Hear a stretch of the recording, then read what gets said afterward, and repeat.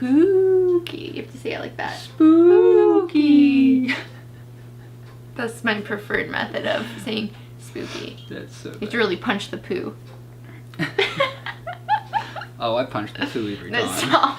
We just got back from Franklin, North Carolina, and Woo! we were there for Thanksgiving. Why did you woo? Because I like Franklin. That was like a half-assed woo. It was. Woo. It like faded down. Yeah. But we were there for Thanksgiving. We got to see family, and we got to see friends, and what else did we get to do, Kelly? We went on a ghost tour. There are things in this world that we will never fully understand. This is our evidence. Our ghost adventures. So we got to go on a ghost tour, and we've done a few ghost tours now. I've done a couple, and you've done more than me. Yes, and out of all the big city ghost tours I've gone on, Franklin actually is up there in the ratings of... Really good. Our tour was 2 hours. In the rain. And when we got there, yes, it was like 35 degrees and raining the entire time. Yep. It was cold. It was cold, but we persevered, We toughed it out. and we had a blast. Yeah, it was a lot of fun. Okay, so our tour started outside of this place called the Antique Attic. The Attic Antiques. Start again. So our tour started in front of this shop called the Attic Antiques, and that's where we got our briefing about the history of Franklin and mysticism.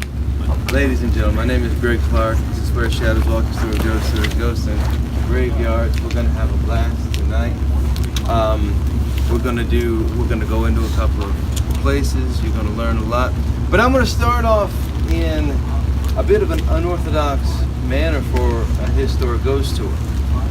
I'm gonna start off with mysticism of Franklin, North Carolina. If we were to go back to, we'll say the year 1799. In 1799, you did have farmers and pioneers on the outskirts of what we'd call the city limits of Franklin today. We weren't formally, stamped pretty much until 1818 with the Seiler brothers and 1855 with the, formal town. But we're gonna go to 1799. You're all Europeans, and I'm a Cherokee Indian that you've wandered upon, and you're gonna ask me what I call this place, and I'm gonna tell you that I call this place Tusus Jinihai. Translated, that is the ghost country. Boys and girls, if you have born and raised here, you might have sailed away for a while, right? But you come from the ghost country. We actually got to go into the Attic Antique. Which is supposedly one of the most haunted places in Franklin. They have some of the highest activity in their building in the whole city. Yeah, and I'm not gonna lie, the guy pitched the story and then was like, oh, by the way, I just told you this really terrifying ghost story. Now we're gonna go into the place where it happened. It was pitch black. It was almost complete darkness in there. And we were all trying to be so quiet and not make too much noise. To see if we could hear anything. Let's do it.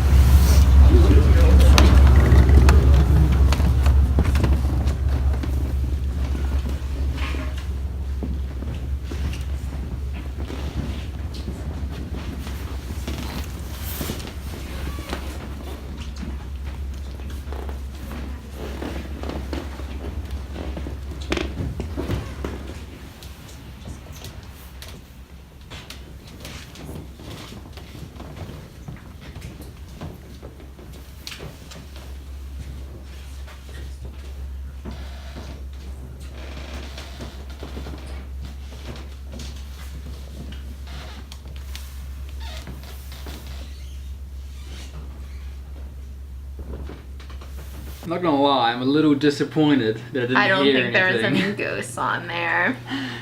I really wanted there to be a voice or something. I didn't. So the next stop is, we're right on Main Street, and there is a Scottish Tartan museum, which is actually The only one outside of Scotland. yes, And so we stop there, and our guide tells us a couple of stories, but there's this one story that he tells. It was the most horrifying of the ghost tour. Freaky. Where we're standing right now, this is the only Scottish Tartan museum outside of Scotland. And downstairs we have one heck of a ghost story. I was called here 6 months ago, probably. The manager wanted to tell me something that had happened a year before. So I get in here, and he says, Mr. Clark, he says, about a year ago, I had an employee who came screaming up the stairs from the basement, tears in his eyes, horrified as to what he had seen. He says that he was always, like I am, he said, spooked to that basement down there. He says, but he got down there, and he had an extra fear, we'll say that day. He felt like something was watching him. So he walked to the corners. He says, hello. He's walking around down there. Hello. Nobody's there. And the manager hears this, and he calls down. He says, you all right? Yeah, it's fine. He didn't want to sound, scared. So, but he continues on with the busy work down in the basement, what he's doing. And then all of a sudden, the manager hears the most awful clamoring up the stairs. And that's when he comes up crying and panting and, and so, what's wrong? And he tells him what he saw. He said, I had just gotten back to my work. He said, whenever I looked over my shoulder because I saw something moving in my peripheral vision, and there was a man walking from the dark corner that I had just checked.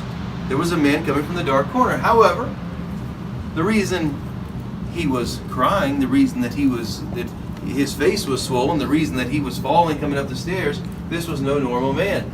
This man had no clothing on whatsoever. However, it didn't matter whether he had clothes on or not because he had no skin. This man was burned. He said the first thing that he recognized as he came across the floor was he had no eyes, ears, or lips. He was just a burned cadaver just walking toward him at the foot of the stairs. So he takes off up the stairs just absolutely devastated. Now, so I'm standing here listening to this going, wow, I'm going to tell this story. This is a good story. But he says, I didn't believe him. And I'm like, crap, right? He says, I believed he saw something, he said. Dark form, shadow figure. He says, but it was, come on. That was a little too much. He says then, until I saw it. After Main Street, we went to the street behind Main Street, which is Church Street. And on the corner of Church Street, there used to stand this house. We're not going to share the story our guide told us because it was really dark. Yeah, where he was telling it. It was so dark that it just didn't turn out well. Yeah. But we have our own personal story with the brown house. We had gone on a ghost tour previously, and the guide had told us how haunted it was. Like, people couldn't stay in this house longer than 1 night, 2 nights. It was owned by the church next door. They tried to rent it out. No one could stay there. No business could stay there. Yep. Terrible things just kept happening. So basically, this house had stood abandoned for like 10 years. And we thought one night, after going on the ghost tour, this was probably like a couple months later. A couple of months later, we had a couple of friends with us, and we're like, let's go have a look at this house. So I made it to the porch, and then I decided there's supposedly like a demon dog girl that barks at people, and this man that wears this brown thick wool suit that lurks over people while you're sleeping and There's stuff. Some crazy stories. So I was like, I'm not gonna do this. So I ran back to the street. Sam, on the other hand, I'm thinking, well, like, we're here, and I love this stuff. So I go up onto the porch of the house, and I'm walking around the porch, and I have like my app where you can try and get ghost app. EVPs and everything along those lines. And I was getting a few like words here and there, nothing crazy, and the activity wasn't too crazy. So I was like, well, let me like look through the glass on the front door. So I put my head up to the glass and I look through the glass, and I'm looking around what I can see through the door, and I can see the living room and kind of like the edge of the kitchen. And as I'm looking through this, it's like probably about 6 foot black mass. There was no like real shape to it, but just this black mass moved through the living room, right past the front door, and continued out of sight. My heart was beating so fast that I thought it was going to explode. And he came running. And so I turned around and we came back to the car, and that was the end of that one. So also on Church Street, so there's like the old haunted brown house that we just talked about, but all along that street, there's been stories or spottings of little creepy girls doing little creepy things. Yeah. We get stories coming to us all the time from the community, from the county, about homes. All right? Listen to this one. All right? Somebody, they bring a doll home for their little girl. But this doll they get at one of our antique shops. And contact us and say, we think that we can't be sure, but we think that the doll had a little girl with it. All right? Little girl's name, we're going to call the little girl Mary. All right? So Mom and Dad have a little girl, 4 years old, by the name of Mary. And Mom brings Mary home this sweet little antique doll. And so Mary's loving it, and she sits it at the table with her, and she sleeps with it. But within about a week, she starts talking to a little girl by the name of Kate. And she says, it's Kate's doll too, Mama. It's Kate's doll too. And so Mom and Dad are looking at each other across the breakfast table, like, don't love that, not loving all that. And so, but it's kind of cute, so, got a little imaginary friend for a few days. Until 3 o'clock in the morning one night, they wake up to hear Mary talking in her room, and she's saying, now you hide. Now you hide. And so they go down the hallway, and they open a door, flip on the light. What are you doing? And she's standing in front of the closed closet door, and she says, Mom, no, we're playing. And she's like, are you sleepwalking? She goes, no, I'm playing hide and seek with Kate. And they're like, all right, get to bed. And Dad's like opening the closet door, and there's nothing there. He's like, damn, oh, right. So they're out in the hallway going, okay, this has got to stop. This can't go on. But day after day after day, it gets worse, and it gets worse. And they're hearing two voices in the night. They'll hear two girls whispering, two very distinct. One is their daughter, one they have no idea. And they'll race down the hallway, turn the light on, and she'll always say something like, she went under the bed, or she was in the closet, or she won't be back tonight. And they're like, this has got to stop. Has to stop. And she gets so furious, and she starts getting stoic and quiet during the daytime. Finally, Dad has to go away for about a week for work. He has to go away. And so it's just Mom and Mary. And everything continues as it was, and Mom's downstairs, and she's straightening up one night about 10 o'clock, and her daughter's been asleep. She thinks for a couple hours, and then all of a sudden she hears laughter erupt, and she's like, enough is enough. I can't do this. And she starts up the stairs. She's going to make sure her daughter gets back in bed, and she distinctly hears another little girl say, under the covers, and she's like, oh God. So she flips the light on, she opens the door, and there's her little girl, there's Mary. And she's all bunched up under the covers in the bed, and she's looking with just her eyes, and she goes, Mom, no, we're playing. And she pulls the covers over her head, and Mom has had enough. She's like, no, you're not, this is enough. And she goes and she grabs her in the covers, and she runs downstairs, and she's running across the living room. She's just about to go to the door. She's getting out of the house, and she hears her little girl go, Mama! She looks up at the top of the stairs, and Mary's standing up there. She says, where are you going with Kate? She says the blankets just fell around her elbows, fell. She dropped the blankets and screamed. Help me, Jesus! Help me, Jesus! Help me! Ladies and gentlemen, we're in a very haunted building right here. 114 years old. This is the Pendergrass building. It was a mercantile. Has anybody ever seen the show Little House on the Prairie? All right, the Olsons lived in the town store. This is what this was. This was the town store. Some of the most incredible EVPs have been captured upstairs in this building. My very favorite one.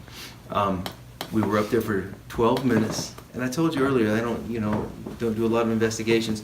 This was one of the rare times I took a recorder upstairs, and we were up there for about 12 minutes. 2 minutes until we went home. Well, I went home. They went different directions. There was just a couple photographers that I had up there, and I didn't listen to it till about 11 o'clock at night. And I went somewhere quiet in my house, and I rewound it back to the beginning. It was actually digital, so I didn't have to rewind it so much. But 2 minutes into the recording, a little girl says, very crisp, very clear, she says, "I told you they'd find us." And 5 seconds later, a male voice responds with, "Maybe they'll go back down." Right? This is a very haunted location. So that's how we'll end the tour tonight, Where Shadows Walk, the Tususjinihai, the ghost country. Thank you so much for walking with me tonight. You guys are awesome. Fantastic. What was your favorite thing that you learned on the ghost tour? My favorite thing was right at the very end. Obviously, we ended in the Historical Society Museum, and basically exactly where that museum stands was where the final surrender of the Civil War happened. What was your favorite thing? Well, not my favorite thing. I would say the most interesting thing I learned about Franklin that I didn't know before, and I don't know why I didn't know it. There's a house that's an exact replica of the Amityville horror house in the middle of like downtown. Middle of town. I've walked by that house, driven by it hundreds, thousands of times. Identical. So we had fun though. Did you enjoy it? Yes, I enjoyed it. And thank you for watching this video, because I know it's a little bit different than our other ones. A little bit more talky.